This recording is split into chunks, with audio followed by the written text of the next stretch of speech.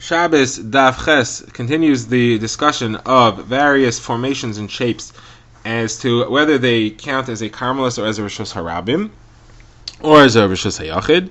The Gemara will discuss a few things here. The Gemara will discuss a basket, which is the right sizes. What does that count as? The Gemara will discuss a pillar, which is short and has some use in Rishus Harabim. The Gemara will discuss a hole, which is not really big enough to be Rishus Hayachid, which is also in Rishus Harabim. The Gemara will have a few rayas and questions about that, and then the Gemara will go back to the Brisa and discuss the case of the threshold, the stoop, which we said you can pass across. So the Gemara begins as follows: what is the halacha of a basket which you threw into Rishus Harabim?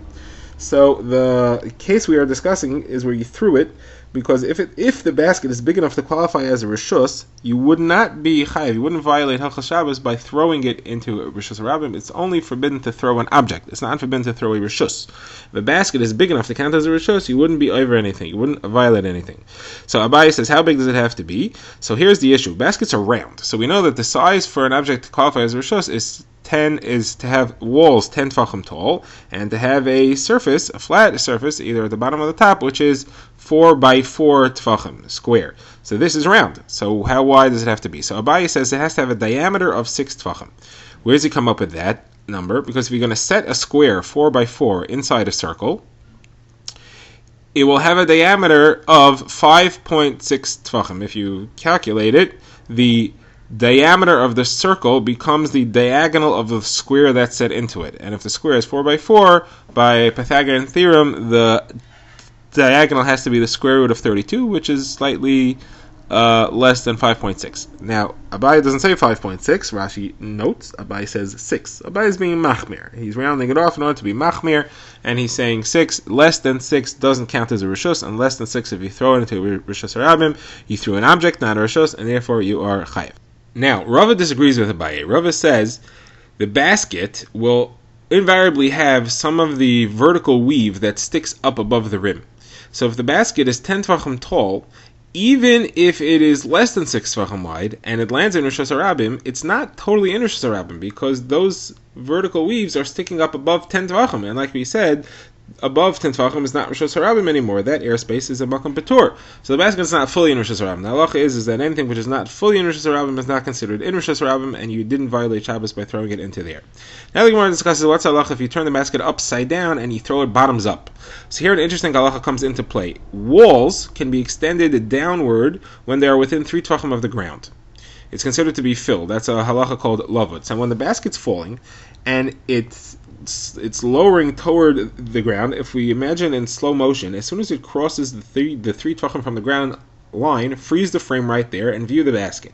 So the basket is slightly less than 3 tvachim from the ground. It's considered to be fully extended to the ground because it's upside down and there's walls, so walls can extend. The bottom can't extend, but the walls can extend.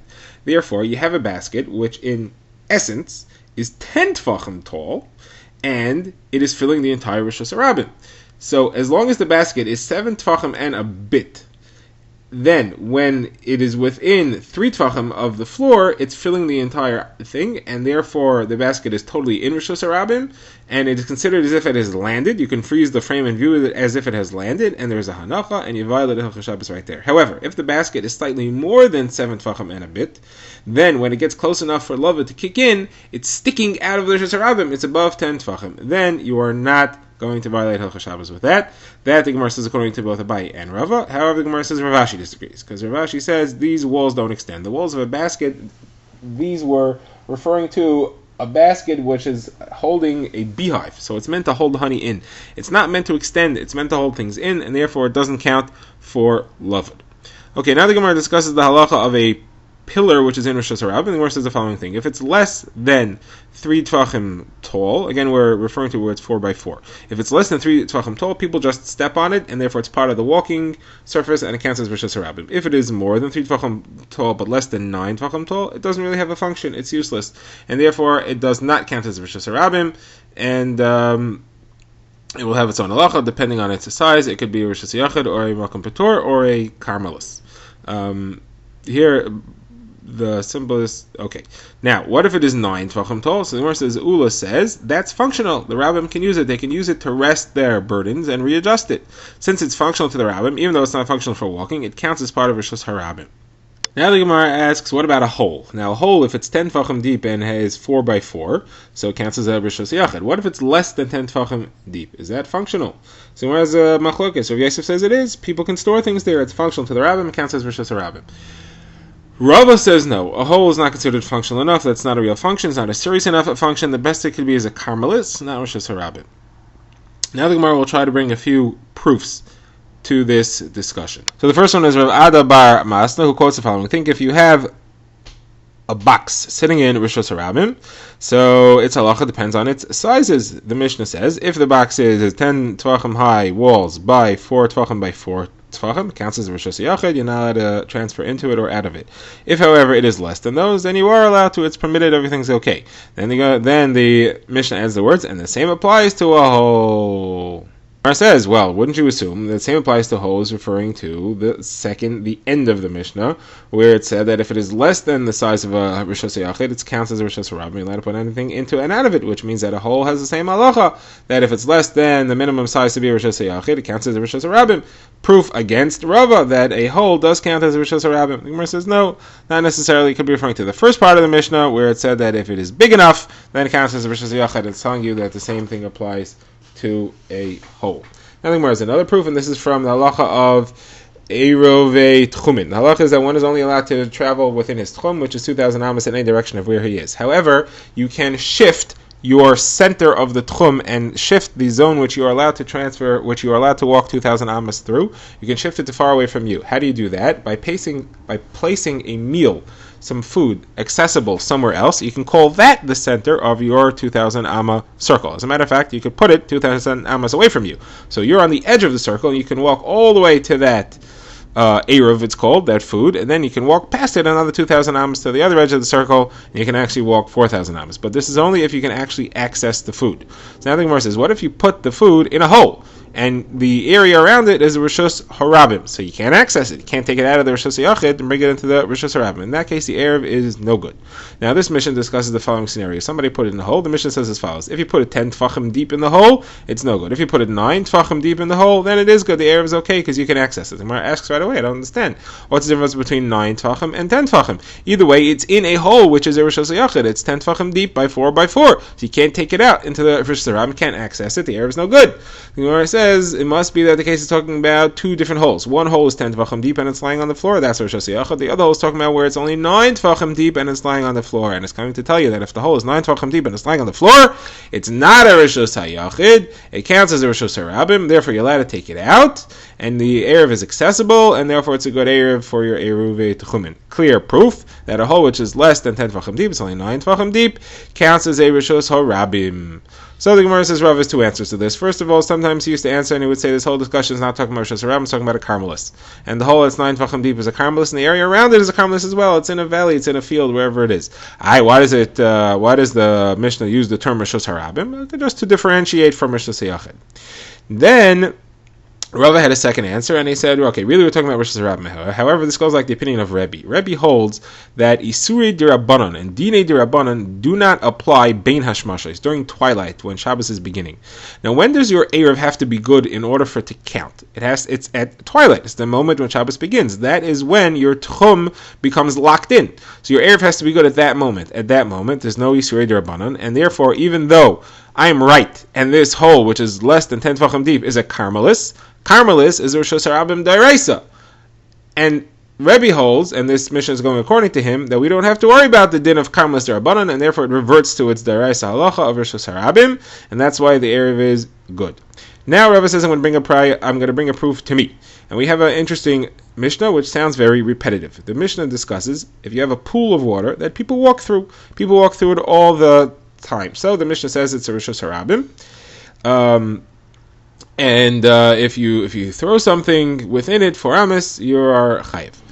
Then the Gemara says, how deep does this pool have to be? The Gemara says, if it's less than 10 tvachim, then it could count as Rishos Harabim if people walk through it. And then the Mishnah repeats, and it says, if you have a pool which people walk through, then it counts as a Rishos Harabim. So the Gemara says, why is it repeating itself? So the Gemara says there's two things that are repeated here. There's the phrase, if you have a pool, that's repeated, and then there's the phrase, the public walks through, that's repeated. Now, when it says that you have a pool twice, that I understand why it's repeated. To tell you that this applies both in the winter and the summer, because if it only said it once, I could think it's not both winter and summer. Because if it was the winter, maybe only in the winter do we say that the pool is considered a Rishos Harabim, because people walk through it all the time because they got mud on their shoes and they want to wash it off. But during the summer, there's no mud, so you wouldn't have to worry about it, and therefore the Rabbim wouldn't walk through it, and it's not a Rishos Harabim. So it comes to tell me no.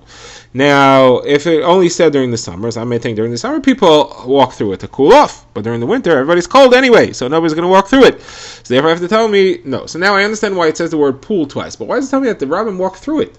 That it only has to say once. It must be that it's emphasizing that it has to be that people walk.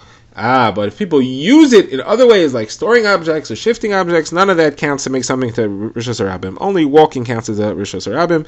Proof to me, says Rava, that storing doesn't make a hole into Rishos Harabim. It quotes an interesting halacha. Rav Yehuda says if you have a big bundle of reeds and you move it more than 4 amas, but you never lift it, you tumble it over and over and over again, so you never chayav deraisa because you never really picked it up. Now, even though you're not allowed to drag an object for amas, that's clear, but here there was always one end that was stuck to the ground. So there was never, it's a continual lifting and placing and lifting and placing. Each trip is less than 4 amas, and therefore you never chayav deraisa. Okay, now we go back to the brisa, which discussed the halacha of a stoop. And the brisa had said that the stoop can count as 2 rishuyos. You can pass from the Rishos HaYachid to it, and you can count from the Rishos Harabim to it. The Gemara asked, I don't understand. If it's a Rishos HaYachid, how could you pass from Rishos Harabim to it? If it's a Rishos Harabim, how could you pass from Rishos HaYachid to it? If it's a Carmelis, you can't pass from either, because Carmelis is also derabanan for both. The Gemara says it's neither. It's a Malkam Patur. We're talking about a stoop which is less than the minimum size to be its own Rishos. Therefore it counts as a Malkam Patur, and you're allowed to pass into and out of it.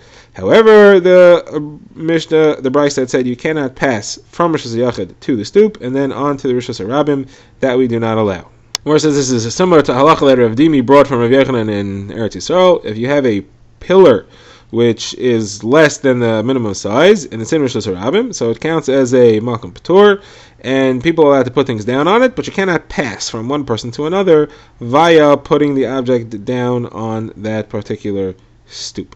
Now the Gemara goes on. The Brisa next said, on that column. Now, the Brisa next said that if you do that, if somebody is in Rishos HaYachid and he passes to somebody in the stoop, which is a Malkam Patur, and then he passes to somebody in Rishos Harabim, although you're not allowed to do it, nobody is chayav deraisa, because the only transfers that happened was to the Malkam Paturs. So Gemara says, I don't understand. We have a halacha where Rava says that if you pick up an object in Rishos Harabim, you carry it 4 amas above Rishos Harabim. You're holding it up in the air above 10 tvachim, and then you put it down in Rishos Harabim. Rava says you are violated in Iser Deraisa. But there it started and it ended in a Malkam Chiv, but in the middle it was passing through a Malkam Patur. So it should be just like our case over here, where it went from Rishos HaYachid to Rishos Harabim, and it passed over, it stopped in the middle in a Malkam Patur. How come we say, in our Brisa, we say that you're not Chayav Deraisa, but Rava says you are Chayav Deraisa? Rava says it's very distinct. In our case, it stopped in the Malkam Patur. So it was 2 trips. Each trip was not enough to be mechayev you. It started or ended in a place of chayev, but the other end was in a makam patur. However, in Rava's trip, it did not stop in the middle. It moved 4 amas from a makam chayev to a makam chayev. The fact that it passed through a makam patur along the way is not enough to make it less than a trip that violates the halacha of carrying deraisa.